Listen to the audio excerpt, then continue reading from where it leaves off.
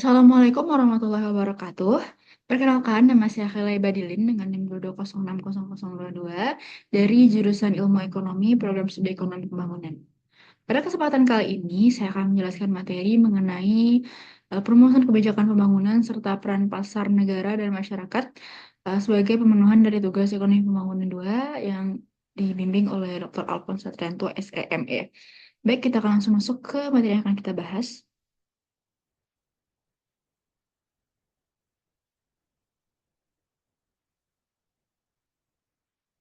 Oke. Yang pertama, kita akan membahas mengenai persoalan keseimbangan. Seperti yang terlihat pada PPT, itu dijelaskan bahwa persoalan keseimbangan dalam perumusan kebijakan pembangunan melibatkan harmonisasi peran pasar, negara, dan masyarakat. Pasar berperan menggerakkan pertumbuhan ekonomi melalui mekanisme penawaran dan permintaan, namun seringkali menciptakan ketimpangan atau kegagalan dalam distribusi sumber daya. Di sisi lain, negara memiliki peran penting dalam mengatur dan menyediakan layanan publik untuk mengatasi kegagalan pasar dan menjaga stabilitas ekonomi. Sementara itu, masyarakat berperan sebagai pengawas dan mitra aktif yang memastikan bahwa kebijakan pembangunan sesuai dengan kebutuhan sosial dan inklusif. Keseimbangan ini penting untuk menciptakan pembangunan yang berkelanjutan dan adil.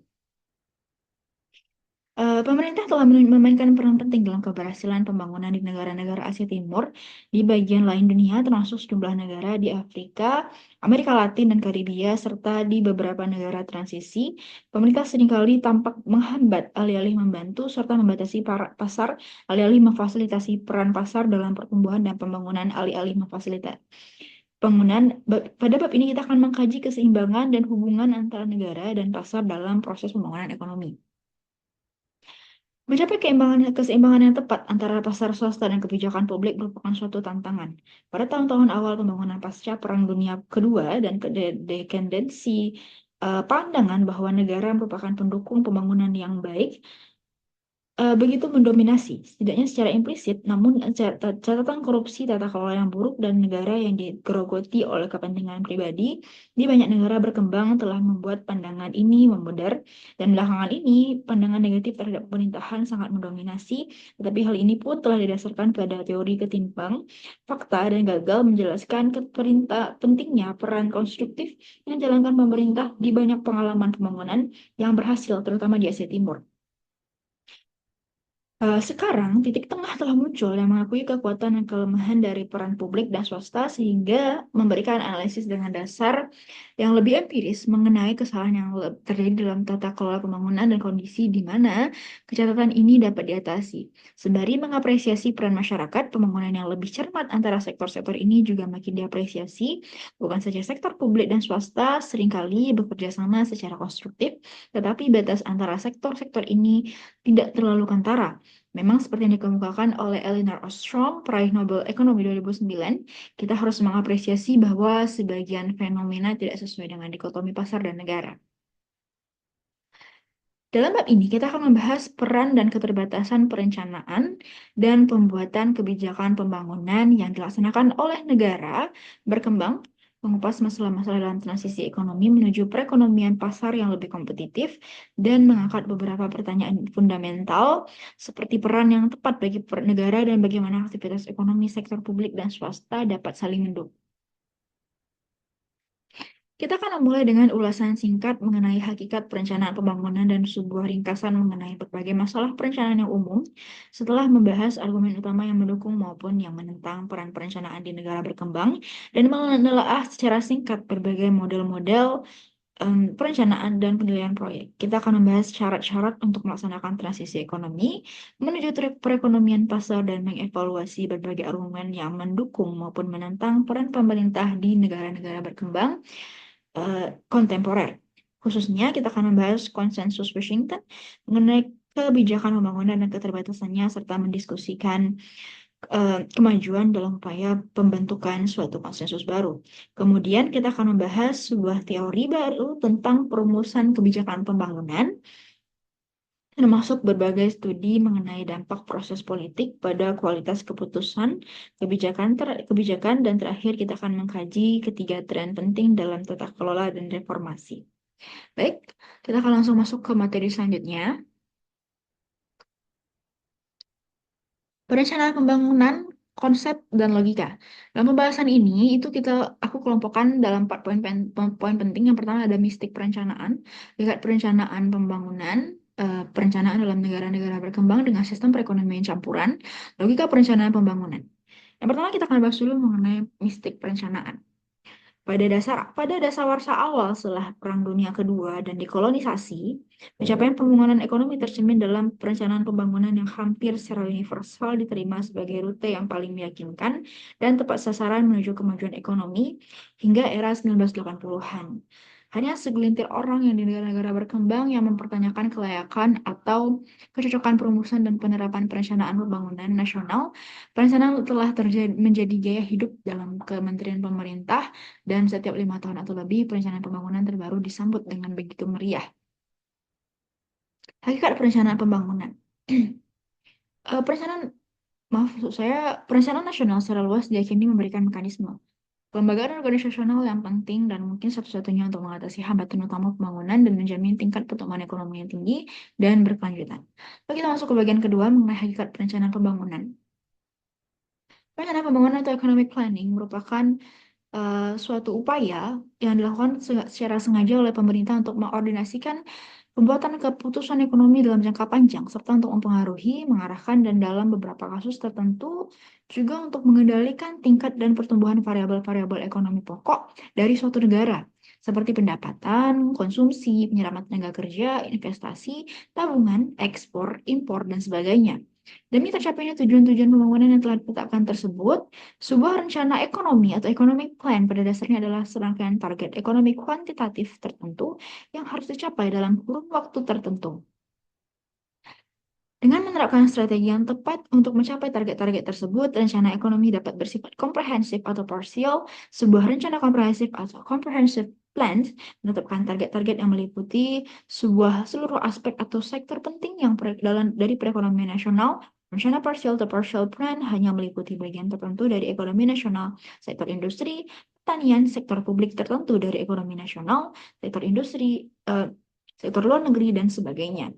Terakhir, proses perencanaan atau planning process sendiri dapat digambarkan sebagai pelaksanaan di mana pemerintah pertama-tama memilih sasaran sosial, kemudian menetapkan berbagai target, dan akhirnya menyusun kerangka kerja untuk implementasi, koordinasi, dan pemantauan secara pembangunan.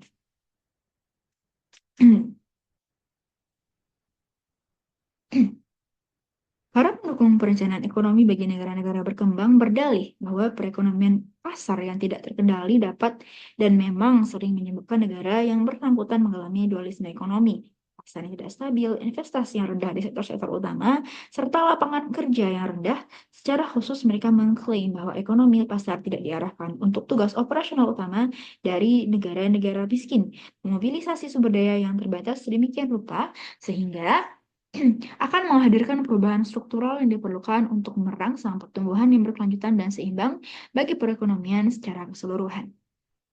Lanjut, kita akan masuk ke bagian ketiga mengenai perencanaan dalam negara-negara berkembang dengan sistem perekonomian campuran. Sebagian besar rencana pembangunan telah dirumuskan dan dilaksanakan dalam kerangka kerja perekonomian campuran negara-negara berkembang. Perekonomian ini didirikan dengan adanya kelembagaan di mana sebagian sumber daya produktif dimiliki dan dioperasikan secara pribadi, serta sebagian lagi dikuasai oleh sektor publik. Proporsi kepemilikan dan kendali kedua sektor tersebut bervariasi dari satu negara ke negara lainnya. Tidak satu pihak pun yang bisa dikatakan terisolasi dari pihak lainnya, namun perekonomian campuran seringkali ditandai dengan adanya kepemilikan dan kendali pemerintah dalam upaya untuk yang substansial. Sektor swasta di negara berkembang biasanya meliputi 4 bentuk kepemilikan pribadi tradisional dan satu lagi bentuk yang mulai mengemuka. Yang pertama, itu ada sektor subsistensi tradisional, terdiri dari usaha pertanian berskala kecil dan toko kerajinan tangan yang menjual sebagian produknya ke pasar lokal. Usaha komersial dan penyediaan jasa milik individu atau keluarga dalam sektor-sektor formal dan informal perkotaan. Dan yang ketiga, perusahaan komersial yang berukuran menengah dalam bidang pertanian, industri, perdagangan, dan pengangkutan yang dimiliki dan dioperasikan oleh wirausahawan lokal. Yang keempat, Ada perusahaan manufaktur besar, perusahaan tambang, dan perkebunan besar yang dimiliki asing secara menyeluruh atau sebagian yang mengutamakan pasar luar negeri, namun terkadang dengan penjualan pasar lokal yang substansial atau dengan modal perusahaan yang biasanya berasal dari luar negeri, dan sebagian besar dari hasil modal ini mengalir ke luar negeri. Dan yang kelima, perusahaan yang relatif besar dan jumlahnya terus bertambah berbasis domestik, dikelola dan dimiliki oleh pihak lokal dan seringkali terdaftar di bursa efek nasional di negara-negara seperti Brasil, Rusia, India, dan China, tetapi lebih sering terdapat di negara-negara berpendapatan menengah ketimbang berpendapatan rendah dan jarang sekali di negara-negara maju.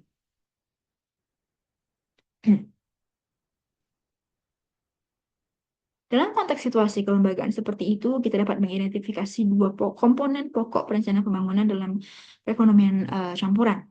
Yang pertama ada penggunaan tabungan domestik dan keuangan asing oleh pemerintah untuk melaksanakan proyek investasi publik dan memobilisasi menyalurkan sumber daya langka ke bidang-bidang tertentu yang diharapkan dapat memberikan sumbangan berarti demi merealisasikan tujuan ekonomi jangka panjang, misalnya pembangunan rel kereta api, sekolah, proyek PLTA, dan pembangunan infrastruktur ekonomi atau economic infrastructure lainnya, serta menciptakan industri substitusi, impor, dan serta ekspor masa depan. Kebijakan ekonomi pemerintah, misalnya perpajakan, lisensi industri, penetapan tarif, serta manipulasi kuota, upah, tingkat bunga, dan harga pasar untuk merangsang, mengarahkan, dan dalam sebagian kasus bahkan mengendalikan kegiatan ekonomi sektor swasta guna memastikan terciptanya hubungan yang harmonis antara keinginan operator bisnis swasta dan tujuan sosial dari pemerintah pusat. Dengan demikian, ketika perencanaan pembangunan cukup aktif, hampir selalu terdapat keseimbangan antara dua kutub ekstrem dorongan pasar dan pengendalian sentral, seperti yang tadi terlihat dalam karakteristik perencanaan yang disederhanakan dalam perekonomian pasar campuran. Yang keempat, kita akan bahas mengenai logika perencanaan pembangunan. Penerimaan awal pranata perencanaan secara luas sebagai alat pembangunan dilandasi oleh sejumlah argumen ekonomi dan kelembagaan fundamental dari berbagai sumber argumen. Ini kita akan membahas 4 argumen yang paling sering dikemukakan. Yang pertama ada kegagalan pasar. Pasar di negara berkembang dihinggapi oleh berbagai ketidaksempurnaan, struktur, dan operasi. Pasar komoditas dan faktor produksi seringkali dikelola dengan buruk, dan keberadaan harga yang terdistorsi seringkali terjadi bahwa produsen dan konsumen merespon sinyal dan insentif ekonomi yang kurang, mencerminkan biaya real bagi masyarakat atas berbagai barang, jasa, dan sumber daya. Oleh karena itu, diyakini bahwa pemerintah berperan penting dalam mengintegrasikan pasar dan memodifikasi harga. Terlebih lagi, kegagalan pasar untuk mendapatkan harga faktor produksi secara tepat diasumsikan mengakibatkan adanya disparitas bruto antara penilaian sosial dan swasta dari proyek investasi alternatif, sehingga tanpa adanya campur tangan pemerintah, pasar akan menghasilkan misalokasi sumber daya pada saat ini dan di masa depan, atau paling tidak menghasilkan alokasi sumber daya yang tidak memenuhi kepentingan sosial dalam jangka panjang. Argumen kegagalan pasar atau market failure ini mungkin merupakan alasan yang paling sering diajukan atas peranan pemerintah yang luas di negara-negara dunia ketiga. Berbagai macam kegagalan pasar dan pemerintah telah dibahas dalam beberapa bab sebelumnya, tetapi tinjauan singkatnya akan diuraikan di sini. Ada 3 bentuk umum kegagalan pasar yang dapat kita amati. Pasar tidak bisa berfungsi dengan baik atau tidak ada pasar sama sekali, terdapat pasar tetapi tidak menghasilkan alokasi sumber daya yang efisien, dan pasar memberikan hasil yang kurang layak ketika diukur berdasarkan tujuan sosial ketimbang alokasi sumber daya. Kegagalan pasar dapat timbul dalam situasi di mana biaya atau manfaat sosial berbeda dengan biaya atau manfaat pribadi. Perubahan atau konsumen barang publik, eksternalitas, dan kekuatan pasar menjadi contoh-contohnya. Pada kasus barang publik, para penumpang gratis atau free rider yang tidak membayar atas pengadaan barang tersebut tidak bisa dikecualikan terkecuali dengan biaya yang tinggi, sehingga mengecualikan individu yang enggan membayar atas konsumsi barang publik ini tidak efisien secara ekonomi. Dengan adanya eksternalitas konsumen atau perusahaan tidak harus membayar semua biaya yang ditimbulkan atau tidak bisa mendapat semua manfaat yang dihasilkan dari kegiatan yang mereka lakukan, kegagalan koordinasi dapat bekerja sama melakukan suatu tindakan saat semua atau sebagian besar agen berpartisipasi. Tetapi akan dirugikan dengan melaksanakan tindakan tersebut saat hanya segelintir agen saja yang ikut berpartisipasi. Terlebih lagi, pembangunan ekonomi merupakan proses perubahan struktural. Pasar mungkin efisien dalam mengalokasikan sumber daya pada margin yang memungkinkan beberapa industri muncul dan industri yang lain menurun. Tetapi mungkin tidak efektif dalam memproduksi perubahan besar yang bersifat discontinue dalam struktur ekonomi yang mungkin krusial dalam pembangunan jangka panjang suatu negara. Kekuatan pasar muncul ketika perusahaan dapat memengaruhi harga dengan membatasi kuantitas. Kekuatan yang kerap terjadi dalam skala hasilnya semakin meningkat. Pasar modal terutama rentan terhadap kegagalan akibat hubungan intrinsiknya dengan penciptaan dan pengiriman informasi. Informasi memiliki ciri khas yang publik. Distribusi pendapatan yang lebih merata pun dapat dianggap sebagai barang publik ketika hal itu disepakati sebagai sebuah tujuan sosial. Mungkin banyak yang menaruh perhatian atas kesejahteraan generasi mendatang yang belum bisa berpartisipasi dalam pasar ekonomi atau politik di masa kini. Barang bermanfaat seperti kesehatan, pendidikan, dan kebutuhan dasar dapat dianggap sebagai barang publik atau sebagai hak-hak sosial yang dijamin oleh pemerintah. Tetapi, masalah tentang distribusi dan barang yang bermanfaat seringkali diperlakukan sebagai landasan kebijakan yang terpisah karena ranah mereka berada di luar bidang efisiensi ekonomi. Selanjutnya ada mobilisasi dan alokasi sumber daya. Argumen ini menekankan bahwa perekonomian negara berkembang seharusnya tidak menyediakan sumber daya keuangan dan manusia terampil yang terbatas dalam usaha yang tidak produktif. Proses-proses investigasi harus dipilih bukan semata-mata berdasarkan analisis produktivitas parsial, seperti yang biasa ditunjukkan oleh rasio modal output dari sebuah industri, namun juga harus dikaitkan dengan program pembangunan secara keseluruhan yang memperhitungkan perekonomian eksternal. Konsekuensi tidak langsung dan tujuan jangka panjang. Pekerja terampil harus dipekerjakan di tempat di mana kontribusi mereka akan maksimal. Perencanaan ekonomi diasumsikan dapat membantu dengan memberikan pengakuan akan keberadaan hambatan tertentu, serta dengan memilih dan mengkoordinasikan proyek-proyek investasi yang ada untuk menyalurkan faktor-faktor produksi jangka pendek ke tempat yang produktif. Sebaliknya, pasar yang kompetitif cenderung menghasilkan investasi yang lebih sedikit dan mengadakan investasi ke bidang-bidang dengan prioritas sosial rendah, misalnya barang konsumsi bagi kalangan kaya. Lalu ada dampak sikap dan atau psikologis. Seringkali diasumsikan bahwa suatu pernyataan terinci mengenai tujuan ekonomi dan sosial nasional dalam bentuk rencana pembangunan yang spesifik dapat menimbulkan dampak sikap atau psikologis penting bagi penduduk yang beragam dan seringkali terfragmentasi. Pernyataan ini mungkin bisa menggalang dukungan rakyat bagi kampanye nasional pemerintah guna mengentaskan kemiskinan, kebodohan dan penyakit atau meningkatkan rasa nasionalisme. Dengan memobilisasi dukungan masyarakat luas dan melampaui balasan kelas, kasta, ras, agama, atau suku dengan maksud mengajak seluruh warga negara untuk bekerja sama membangun negara, diyakini bahwa suatu pemerintahan sentral yang tercerahkan melalui rencana ekonominya dapat menyediakan insentif yang dibutuhkan untuk mengatasi kekuatan tradisionalisme dan pengkotakan yang bersifat menghambat dan memecah belah dalam rangka mencapai kemajuan material dan sosial bagi masyarakat luas. Lalu ada bantuan luar negeri. Perumahan rencana bantuan secara rinci seringkali menjadi syarat perlu untuk memperoleh bantuan luar negeri bilateral maupun multilateral. Dengan mengajukan daftar belanja proyek, pemerintah memiliki alasan untuk meminta bantuan asing dan meyakinkan para donatur bahwa dana mereka akan digunakan sebagai bahan utama dalam rencana tindakan yang disusun dengan baik dan konsisten. Baik, kita akan langsung masuk ke materi yang selanjutnya. Baik, kita akan masuk ke pembahasan mengenai proses perencanaan beberapa model dasar. Ada 3 tahapan dalam perencanaan pembangunan, yaitu tahapan perumusan, tahapan pelaksanaan, tahapan evaluasi, dan pengawasan. Sebagian besar rencana pembangunan biasanya pada awalnya didasarkan pada model makroekonomi formal. Model perencanaan ekonomi secara luas itu dapat dibagi menjadi 2 kategori. Yang pertama yaitu model pertumbuhan agregat, meliputi perkiraan makroekonomi perubahan terencana atau yang dibutuhkan dalam variabel ekonomi utama. Dan 2, model input-output multisektor, akuntansi sosial, dan model equilibrium umum yang dapat dihitung melalui Computable General Equilibrium atau CGE yang memastikan antara lain dampak dari produksi, sumber daya, tenaga kerja, dan pendapatan falas terhadap serangkaian target permintaan akhir tertentu dalam kerangka kerja arus produk antar industri yang konsisten secara internal. Terakhir, mungkin menjadi komponen paling penting dalam perumusan rencana adalah pemilihan proyek-proyek investasi tertentu di masing-masing sektor secara rinci melalui teknik penilaian proyek dan analisis biaya manfaat sosial.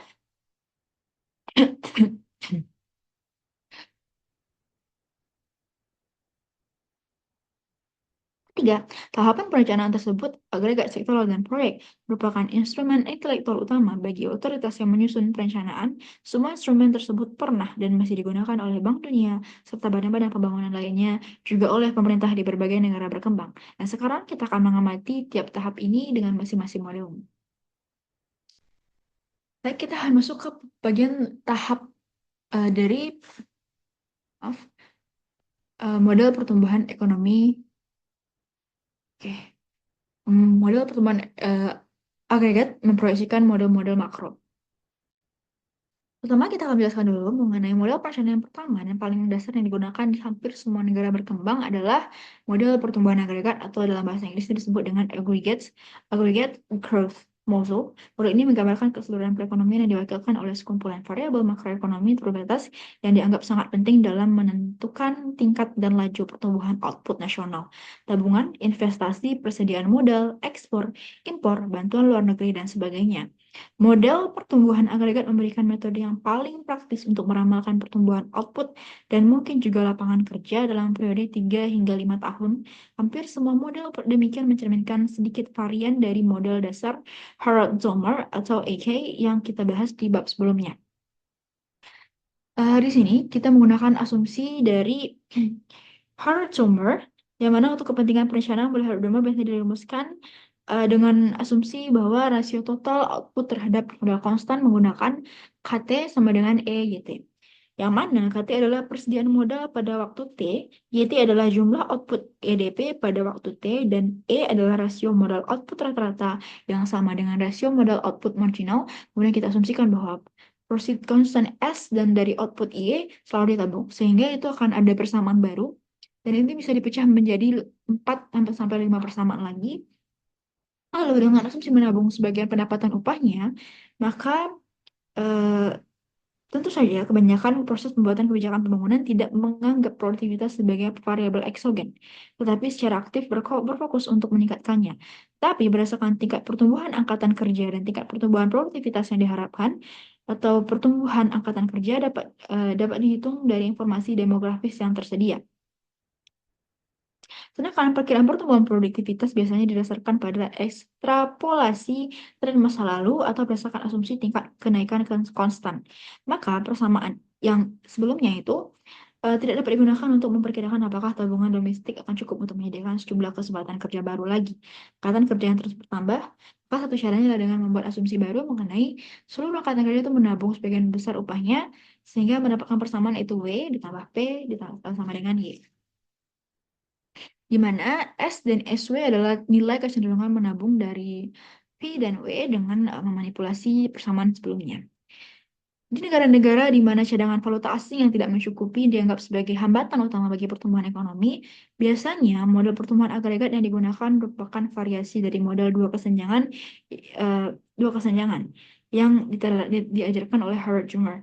Model dua kesenjangan merupakan model Howard Gardner yang digeneralisasi untuk mempertimbangkan persoalan perdagangan atau perdagangan luar negeri.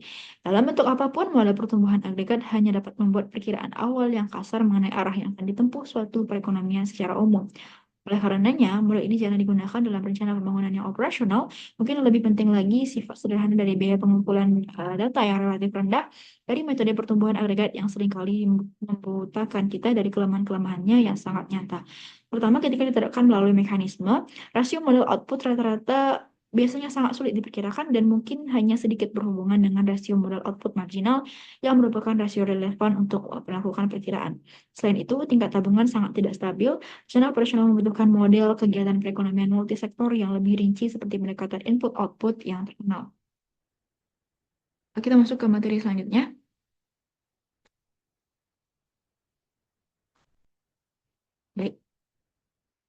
Setelah kita sebelumnya membahas mengenai um, model pertumbuhan agregat memproyeksikan variabel-variabel makro, kali ini kita akan membahas mengenai model multisektoral dan proyeksi sektoral.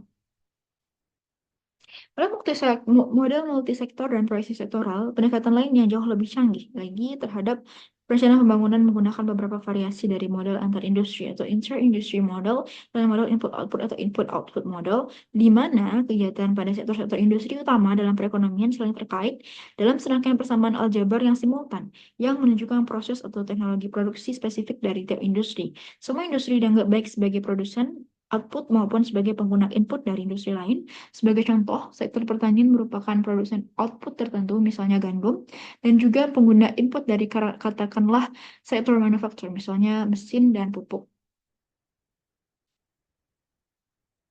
Oleh karena itu, dampak langsung maupun tidak langsung dan perubahan yang direncanakan atas permintaan produk suatu industri terhadap output lapangan kerja dan impor dari semua industri lainnya dapat ditelusuri di keseluruhan perekonomian dalam bentuk suatu jaringan ketergantungan ekonomi yang rumit dengan target output yang direncanakan untuk setiap sektor ekonomi. Model antar industri dapat digunakan untuk menetapkan kebutuhan bahan, impor, tenaga kerja, dan model tingkat menengah dengan hasil sebuah rencana ekonomi komprehensif dengan tingkat produksi dan kebutuhan sumber daya yang sama-sama konsisten dapat menurut teori. Model antar industri berkisar dari model input-output sederhana, biasanya terdiri dari 10-30 sektor di negara berkembang, dan 30-400 sektor untuk perekonomian negara-negara yang sudah maju, sampai dengan model program linear atau model analisis kegiatan yang lebih rumit, di mana uji kelayakan linear dan model analisis kegiatan, di mana uji kelayakan yang dapat diperoleh dengan adanya kedalaman sumber daya tertentu, serta optimalitas apa yang terbaik di antara berbagai alternatif juga dimasukkan ke dalam model tersebut. Namun, karakteristik pembeda dari pendekatan pembangunan komprehensif yang konsisten bagi keseluruhan ekonomi. Analisis input-output sering dikembangkan dalam dua cara. Pertama, dengan memperhitungkan data pembayaran faktor produksi, sumber-sumber pendapatan rumah tangga, dan pola konsumsi barang oleh rumah tangga. Di antara berbagai kelompok sosial seperti rumah tangga, pedesaan, dan perkotaan, maka terciptalah sebuah sistem neraca sosial atau SNSA, yang mana kepanjangannya itu adalah Social Accounting Matrix atau SAM juga. SAM dilengkapi dengan penambahkan data dari data basis sistem transaksi nasional, neraca pembayaran, dan arus dana. Seringkali ditambah juga dengan data hasil survei rumah tangga ke tabel input-output dasar SAM. Oleh sebab itu, merupakan sebuah deskripsi kuantitatif yang komprehensif dan terinci mengenai keterkaitan dalam sebuah perekonomian pada waktu tertentu, menjadikannya perangkat yang sangat sesuai untuk mengevaluasi dampak dari kebijakan pembangunan alternatif. SAM bagi banyak negara kini dapat ditemukan secara online atau daring. SAM juga sering dikembangkan lagi dengan menggunakan model equilibrium umum yang dapat dihitung menggunakan Computable General Equilibrium atau CGE, yang mengasumsikan bahwa jumlah rumah tangga memaksimalkan utilitasnya dan perusahaan memaksimalkan keuntungannya. Fungsi utilitas atau permintaan pasar dan produksi diasumsikan atau diperkirakan dengan menggunakan data nasional. Dampak yang diakibatkan oleh suatu kebijakan kemudian disimulasikan dengan menggunakan program komputer standar. Pendekatan CGE lebih rumit dari SAM, tapi pendekatan ini memungkinkan pembuatan CGE lebih rumit dari SAM. Tapi pendekatan ini memungkinkan pembuatan kebijakan yang mempertimbangkan kemungkinan reaksi dari konsumen dan perusahaan terhadap kebijakan alternatif yang sedang dipertimbangkan, alih-alih berasumsi bahwa mereka akan berperilaku seperti apa yang pada masa sebelum kebijakan baru diterapkan. Jadi kita akan bahas mengenai penilaian proyek dan analisis biaya manfaat sosial. Sebagian besar keputusan operasional harian mengenai alokasi dana investasi pemerintah yang terbatas didasarkan pada teknik analisis mikroekonomi yang disebut dengan penilaian proyek atau project apresiatif. Namun, hendaknya hubungan intelektual dan operasional antara ketiga teknik perencanaan utama ini tidak diabaikan. Model pertumbuhan makro menyusun strategi secara luas, analisis input-output memastikan adanya serangkaian target sektoral yang konsisten secara internal, dan penilaian proyek dirancang untuk memastikan terciptanya perencanaan proyek individual yang efisien dalam setiap sektor.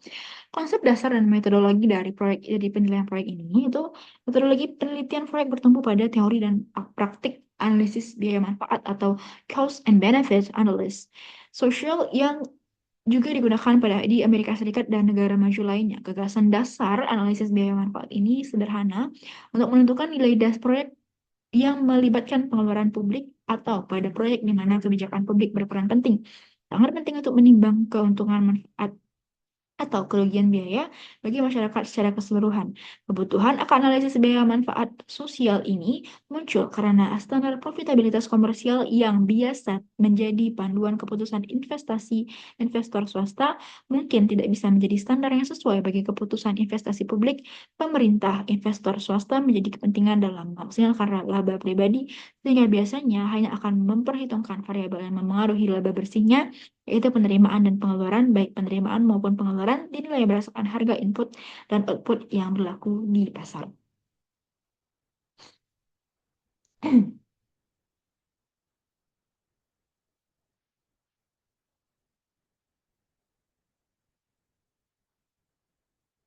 Oleh karena itu, kita dapat mendefinisikan keuntungan sosial atau social profit dalam setiap periode sebagai suatu perbedaan antara manfaat sosial dengan biaya sosial yang diukur baik secara langsung, biaya real, dan nilai real output maupun secara tidak langsung, misalnya berupa dampak lapangan kerja, distribusi, perhitungan profitabilitas sosial dari suatu investasi meliputi proses 3 tahap.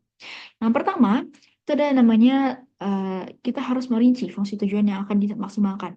Biasanya berupa manfaat sosial neto dengan beberapa ukuran tentang bagaimana manfaat yang berbeda, misalnya konsumsi per kapita, distribusi pendapatan, diperhitungkan dan trade-off apa yang muncul di antara keduanya. Untuk tidak sampai pada perhitungan manfaat sosial neto, kita memerlukan beberapa ukuran sosial mengenai nilai unit dari seluruh input dan output proyek. Ukuran sosial ini biasanya disebut dengan harga pembukuan atau accounting prices dan harga barang bayangan atau shadow prices atas input dan output. Untuk membedakannya dari harga pasar atau market prices aktual secara umum, makin besar perbedaan harga antara harga bayangan dengan harga pasar, maka semakin besar pula keperluan rangkap analisis biaya manfaat sosial dalam membuat aturan-aturan bagi keputusan investasi publik pemerintah. Terakhir, kita memerlukan beberapa kriteria keputusan untuk mengurangi arus manfaat dan biaya sosial yang diproyeksikan menjadi suatu indeks yang nilainya dapat digunakan untuk menyetujui atau menolak suatu proyek atau memeringkatnya terhadap proyek alternatif. Yang pertama ada penetapan tujuan. Dengan adanya banyak kesulitan untuk mengaitkan nilai numerik atas hal-hal seperti kesatuan nasional, kemandirian bangsa, stabilitas politik, modernisasi, dan kualitas hidup, perencanaan ekonomi biasanya mengukur nilai sosial dari suatu proyek berdasarkan tingkat kontribusinya terhadap aliran neto dari barang dan jasa masa depan dalam perekonomian, yakni berdasarkan dampaknya terhadap tingkat konsumsi masa depan. Akhir-akhir ini, sebuah kriteria penting kedua, dampak proyek terhadap distribusi pendapatan semakin banyak mendapat perhatian.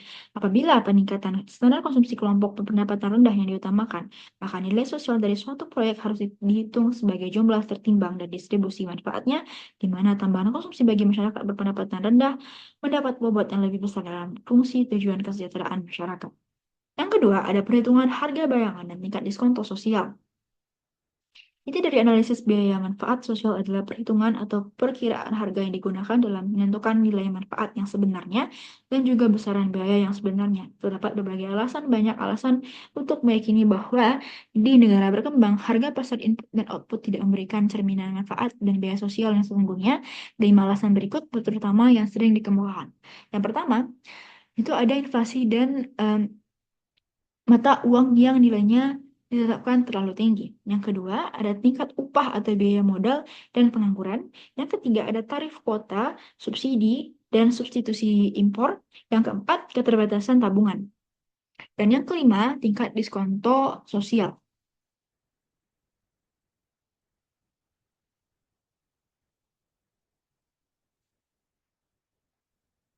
Selanjutnya ada pemilihan proyek. Beberapa kriteria keputusan setelah menghitung harga barang yang relevan, memproyeksikan aliran biaya dan manfaat yang diharapkan, termasuk dampak tidak langsung atau eksternalnya, dan menyeleksi tingkat diskonto sosial yang tepat. Perencanaan tiba dan dalam posisi memilih serangkaian proyek investasi alternatif yang dianggap paling memungkinkan. Dengan demikian, mereka perlu menggunakan sebuah kriteria keputusan untuk diikuti. Biasanya, ekonom sangat menganjurkan penggunaan aturan NPV dalam memilih proyek investasi, yaitu proyek yang harus dipilih atau ditolak berdasarkan NPV yang positif atau negatif. Kesimpulannya, walau perencanaan dan konsistensi rencana pada proses perumusan rencana pembangunan yang komprehensif dan terinci tentu lebih rumit daripada yang telah diuraikan dengan pendekatan 3 tahap di atas. Hal ini memerlukan suatu mekanisme dialog dan umpan balik yang konstan antara para pemimpin nasional yang menetapkan prioritas dengan para perencana, ahli statistik, peneliti, dan para pejabat departemen atau kementerian persaingan internal dan tujuan yang bertentangan.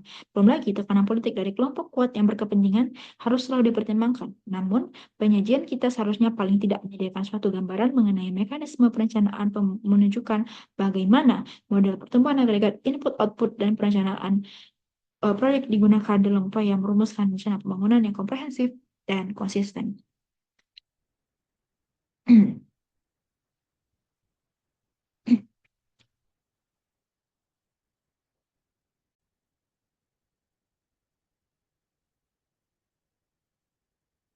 Baik, kita akan lanjut ke materi selanjutnya.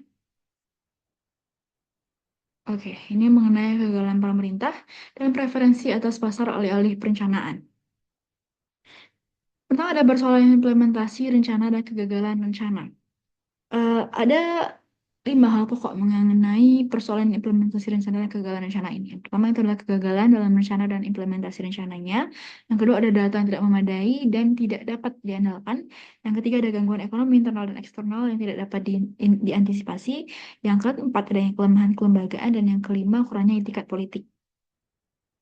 Hasil dari perencanaan pembangunan umumnya mengecewakan. Penolakan yang semakin meluas terhadap perencanaan pembangunan komprehensif yang didasarkan atas kinerja yang buruk memiliki sejumlah hasil yang bersifat pragmatis.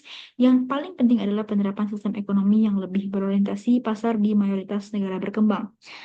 Apa yang salah? Mengapa euforia awal mengenai perencanaan berangsur-angsur berubah menjadi kekecewaan dan penolakan?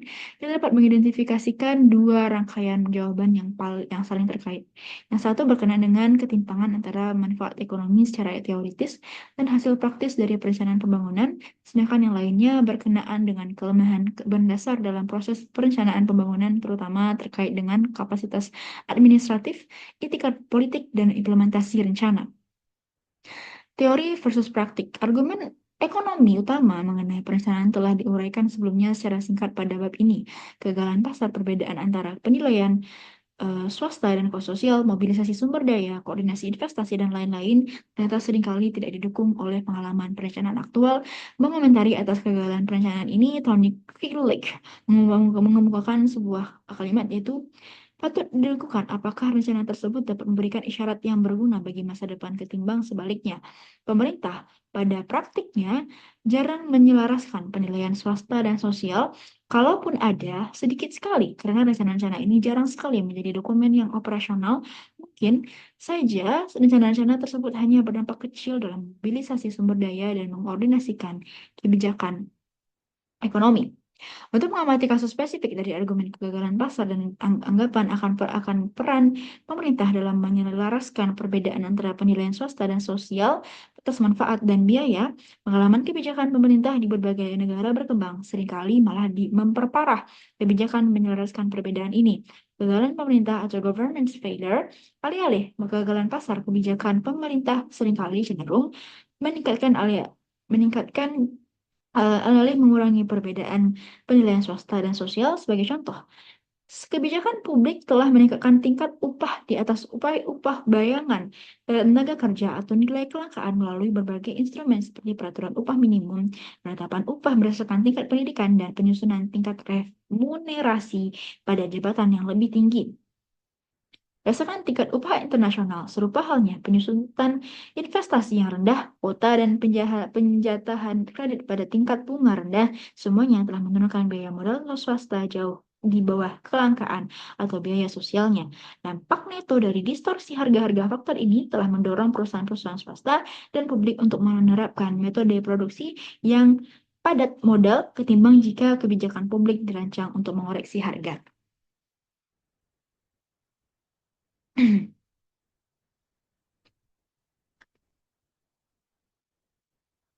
Kalau ada kecacatan dalam rencana dan implementasi, rencana pembangunan seringkali terlalu ambisius. Rencana itu berupaya mencapai terlalu banyak tujuan sekaligus tanpa mempertimbangkan bahwa beberapa tujuan itu saling bersaing atau bahkan bertentangan.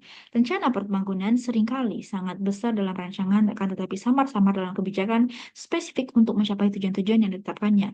Dalam hal ini, rencana-rencana itu memiliki banyak kesamaan dengan mencantumkan daftar bidang permasalahan yang berlebihan, sekitar 60 sampai lebih dari 100 bidang yang masuk dalam persyaratan bantuan pembangunan Bank Indonesia, Bank Dunia, dan IMF.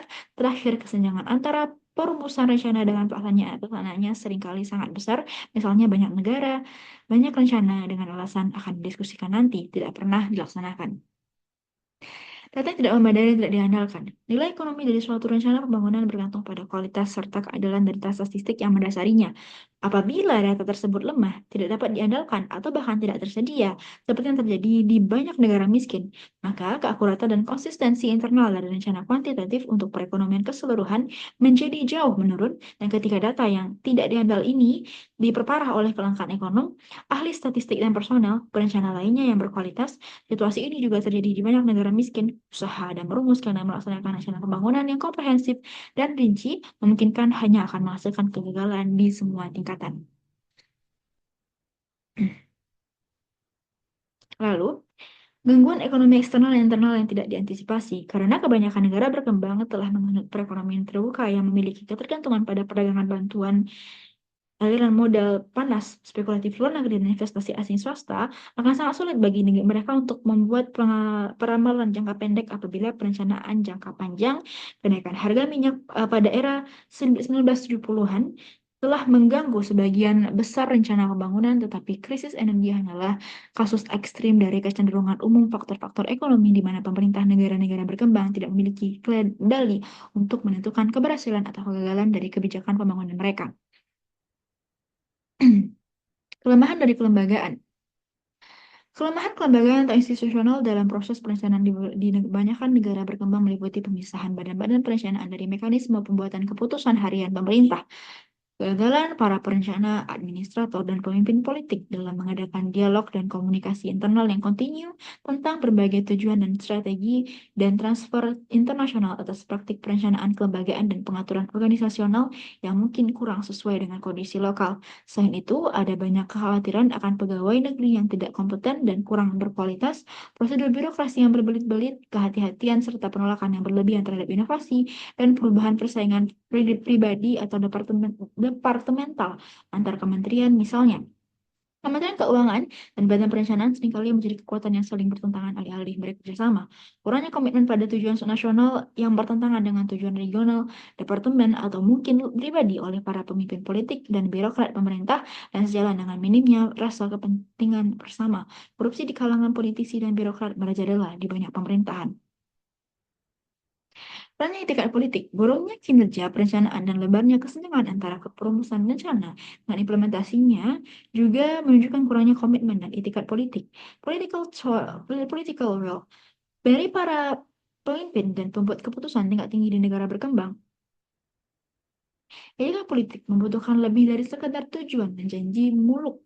Etika politik memerlukan kemampuan yang luar biasa dan keberanian politik yang besar untuk menantang ke kelompok elit yang berkuasa dan kelompok yang memiliki kepentingan yang terselubung, serta untuk merujuk mereka guna menyadari bahwa pembangunan merupakan kepentingan dari seluruh warga negara dalam jangka panjang, meski sebagian dari mereka akan menderita kerugian dalam jangka pendek.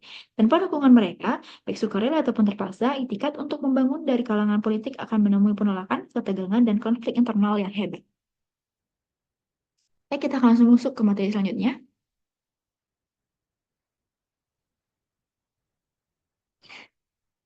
Pergeseran kebijakan era 90-an menuju pasar bebas.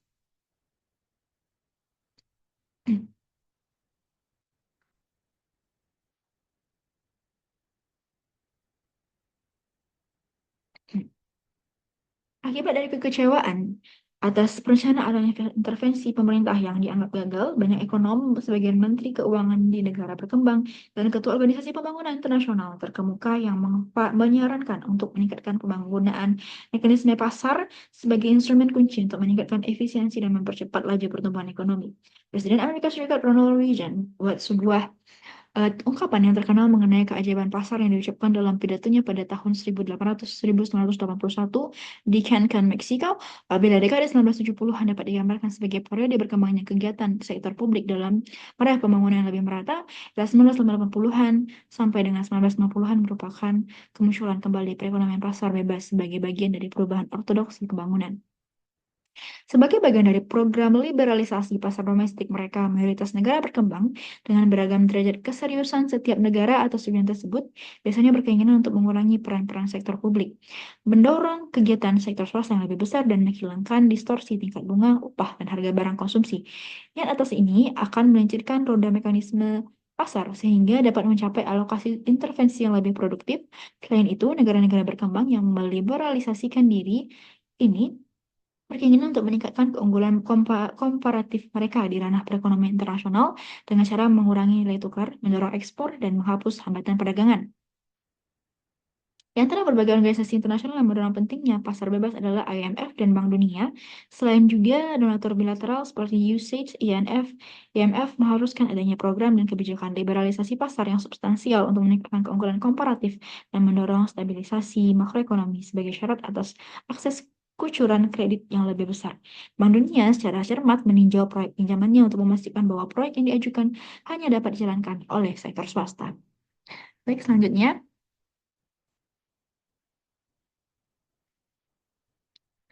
kita akan masuk ke perekonomian pasar. Prasyarat sosiokultural dan persyaratan ekonomi dari perekonomian pasar itu sendiri, pasar memberikan banyak hal positif, di antaranya menghantarkan barang yang diinginkan konsumen pada tempat dan waktu yang sesuai dengan keinginan mereka dan memberikan insentif bagi inovasi. Amartya Sen mengemukakan bahwa menentang pasar sama anehnya dengan menentang percakapan. Seperti yang dikemukakannya, sebagian percakapan memang membahayakan bahkan bagi mereka yang melakukan percakapan tersebut. Tapi hal ini tidak menjadi alasan untuk menentang percakapan secara umum. Mendukung sistem menjadi alasan untuk menentang percakapan. Mendukung sistem pasar yang berfungsi baik membutuhkan syarat khusus dalam bidang sosial, kelembagaan, hukum, dan budaya yang seringkali terbatas. Jika tidak mau, dikatakan absen. Di negara-negara berkembang, penipuan, korupsi, monopoli, dan kegagalan pasar lainnya tidak hilang dengan ayunan tongkat sihir neoklasik. Nathan Kavitz dan Robert Schorman mengidentifikasikan 14 persyaratan kelembagaan dan budaya agar pasar swasta berjalan efektif. Yang pertama, kepercayaan pada perbankan, asuransi, pemasok, dan sebagainya. Yang kedua, hukum dan ketertiban pelaksanaan kontrak.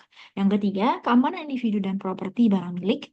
Yang keempat, menyeimbangkan persaingan dengan kerjasama untuk menciptakan kerjasama dan tempat kerja yang aman dan lingkungan yang lebih bersih. Yang kelima, pembagian tanggung jawab dan kekuasaan, badan peradilan dan internet yang independen, altruisme masyarakat, jaring pengaman sosial bagi kelompok difabel, pengangguran kronis, orang lanjut usia, dan sebagainya. Yang ketujuh, mobilitas sosial, legitimasi ambisi, dan toleransi atas semangat bersaing. Yang kedelapan, nilai materialistis sebagai stimulus produksi yang lebih tinggi. Yang kesembilan, menunda kepuasan untuk menciptakan tabungan individu. Yang kesepuluh, rasionalitas yang tidak terhambat oleh tradisi. Yang kesebelas, kejujuran dalam pemerintahan. Dan yang kedua belas, bentuk persaingan yang efisien yang berkebalikan dengan kendali monopolistik. Yang ketiga belas, kebebasan informasi beserta perlindungan privasi, aliran informasi tanpa batasan atau pemihakan. Nah, keberadaan prasyarat kelembagaan dan budaya ini, sistem pasar yang berfungsi baik setidaknya membutuhkan 11 praktik hukum dan ekonomi yang mendukung pasar berikut. Baik, sekian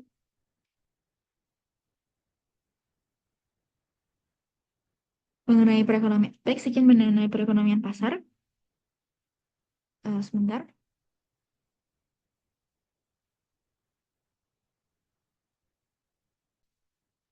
Baiknya kita akan bahas mengenai konsensus Washington mengenai em, peran negara dalam pembangunan dan perkembangan lanjutan. Konsensus Washington adalah serangkaian kebijakan ekonomi yang disarankan kepada negara-negara berkembang, terutama pada tahun 1980 sampai 1990-an. Rencana lembaga AI atau seperti IMF, Bank Dunia dan pemerintah AS konsensus ini menekankan peran negara yang lebih terbatas dalam ekonomi dan mempromosikan liberalisasi pasar, privatisasi perusahaan milik negara, serta disiplin fiskal. Dalam perkembangan lanjutannya, banyak kritik muncul terhadap pendekatan ini karena dalam beberapa kasus, kebijakan tersebut muncul meningkatkan ketimpangan sosial, memperdalam kemiskinan, dan membuat negara-negara berkembang rentan terhadap gejolak pasar global. Akibatnya, peran negara dalam pembangunan diakui kembali sebagai penting, terutama dalam menjaga stabilitas makroekonomi, menyediakan layanan publik, dan melindungi kelompok rentan dari dampak negatif globalisasi.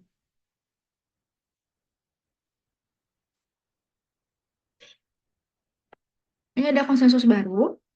Konsensus baru merupakan perkembangan dari konsensus Washington yang mengakui perlunya pendekatan yang lebih seimbang dalam pembangunan ekonomi. Setelah kritik terhadap kebijakan neoliberal yang terlalu menekankan pasar bebas dan mengurangi peran negara, konsensus baru menekankan pentingnya peran negara dalam menciptakan kondisi ekonomi yang stabil dan inklusif, memperkuat institusi, mengatasi ketimpangan sosial, serta menjaga lingkungan. Pendekatan ini juga menggabungkan kebijakan pasar yang efisien dengan intervensi pemerintah yang lebih aktif dalam bidang sosial, infrastruktur, pendidikan, dan kesehatan. Konsensus baru juga menekankan pentingnya tata kelola yang baik, inklusi sosial, dan pengembangan keberlanjutan sebagai pilar pembangunan yang lebih holistik dan berkelanjutan. Seperti bisa dilihat di sini, itu merupakan peragatan global dan tata kelola pemerintahan dari tahun 1946 sampai dengan 2008. Memahami pola pemungutan suara pada reformasi kebijakan itu ada terdiri dari 5, ada keterlibatan pemilih, dinamika partai politik, isu spesifik dan agenda publik, lobbying dan pengaruh eksternal, komunikasi dan informasi. Lanjut. Ekonomi politik pembangunan teori perumusan dan reformasi kebijakan. Lembaga yang ketergantungan alur dan perumusan kebijakan, lembaga berfungsi sebagai pengatur yang memfasilitasi atau membatasi aliran informasi sumber daya dan keputusan secara antara berbagai sektor. Ketergantungan alur menunjukkan bahwa kebijakan yang diambil di satu sektor tidak dapat dipisahkan dari dampak sektor lain. Lanjut. Karena pembangunan dari LSM dan sektor warga negara yang lebih luas. Jadi di sini merupakan jenis-jenis barang. Ini merupakan bentuk peran dari LSM untuk bisa mengalirkan barang ini dalam masyarakat pedesaan atau masyarakat luas. Selanjutnya, tren dan tata kelola dan reformasi. Ada beberapa hal yang menjadi hambatan dalam tren ini. Yang pertama adalah menangani masalah korupsi, desentralisasi, dan partisipasi pembangunan. Oke, baik. Sekian materi dari saya. Saya akhiri dengan Assalamualaikum warahmatullahi wabarakatuh dan semoga bermanfaat.